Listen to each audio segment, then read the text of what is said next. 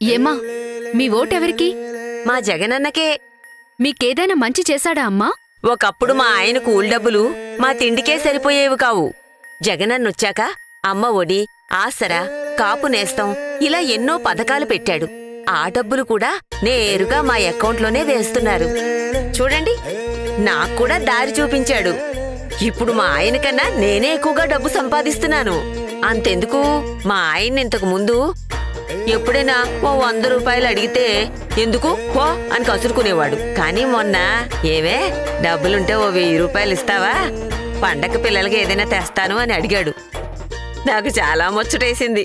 ఆడవాళ్ళకి ఇంతకన్నా ఏం కావాలి? మరి అట్టంటప్పుడు ఒక్కరంటే ఒక్క ఆడదైనా వేరే వాళ్లకు ఓటేస్తారా? మంచి చేసిన వాళ్ళని మర్చిపోతారా? నమ్మకం నువ్వే జగన్, నమ్మకం నిన్నే జగన్.